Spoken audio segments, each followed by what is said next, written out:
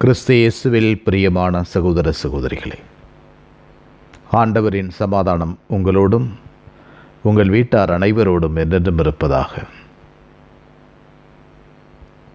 ஆண்டவர் இயேசுவினுடைய இறைவாக்கு இன்று நமக்கு தரப்பட்டிருக்கிறது. 5 மண்டப குளத்தில் அருகில் பேச்சற்றவராய், ஊமையராய், முடக்குவாதமற்றவராய் 38 ஆண்டுகளாய் ஒருவர் படுத்து கிடக்கிறார்.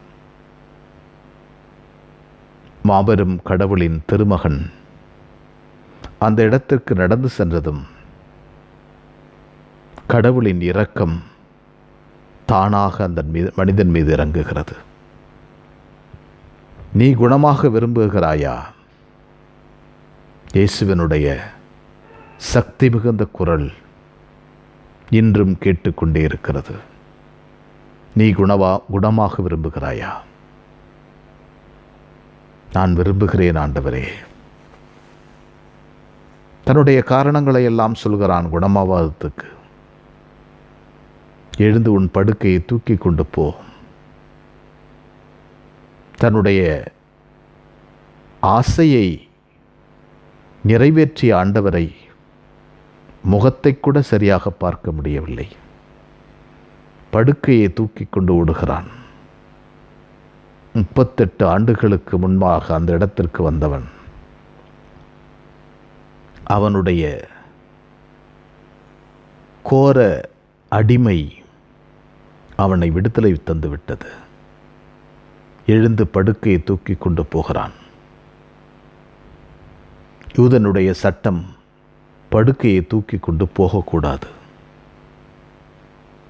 இந்த மனிதன் புதிய மனிதனாக வளர்ந்திருக்கிறான், புதுப்பிக்கப்பட்டிருக்கிறான், உயிர்த்தெழுந்திருக்கிறான்.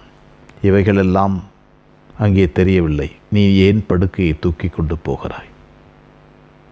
யூதனுடைய சட்டம் அங்கே நின்றதும், எனக்கு தெரியாது, என்னை படுக்கையை தூக்கி கொண்டு போ என்று ஒருவர் சொன்னார். போனேன். அவருக்கு தெரியவில்லை அது சட்டத்தினுடைய கடவுள், ஓய்வு நாளுக்கும் ஆண்டவர் சொன்னார் என்று. பிறகு ஆலயத்தில் ஆண்டவரை பார்த்த பிறகு ஆண்டவர்தான் என்பதை யூதர்களுக்கு சொல்ல யூதர்கள் அவருக்கு பல்வேறு தொந்தரவுகளை கொடுக்க ஆரம்பிக்கிறார்கள். இன்றும் ஆண்டவர் கேட்கிறார், நீர் குணமாக விரும்புகிறாயா? நீர் வல்லமையோடு வாழ விரும்புகிறாயா? எத்தனையோ மனிதர்கள் இன்றும் ஆண்டு கணக்கில் வாழ்ந்து கொண்டிருக்கிறார்கள். பாவம் அவர்களை பிடித்து நிறுத்துகிறது. பாவத்திலிருந்து விடுதலை பெற்றால் அவர்கள் வெற்றி பெறுவார்கள். பாவத்திலிருந்து விடுதலை பெற்றால் வல்லமையோடு வாழ்வார்கள். ஆண்டவர் இன்றும் நம்மோடு நடந்து வருகிறார். நீ குணமாக விரும்புகிறாயா என்று இன்றும் கேட்கிறார். நம்முடைய ஆர்வத்தை கேட்கிறார், ஆசையை கேட்கிறார். கடவுளின் அருளை பெற நீர் விரும்புகிறாயா என்று ஜெபிப்போம். எங்களை வழிநடத்துகின்ற ஆண்டவரை உம்மை போற்றுகிறோம். பாவப்படுகொழியிலிருந்து எழுந்து வருவதற்கு கடவுளின் அருள் வேண்டும், கடவுளுடைய வல்லமை வேண்டும். ஆண்டவரே, உம்முடைய அருளும் வல்லமையும் இருந்தால் எழுந்து நான் என் தந்தையிடம் போவேன் என்று சொல்லுவேன். ஆண்டவரே, உமது அருளை தாரும், உமது வல்லமையை தாரும். நல்லவைகளை நோக்கி நடந்து செல்ல வல்லமைகளை தாரும். உயிர்ப்பை நோக்கி நடந்து செல்ல வல்லமையை தாரும்.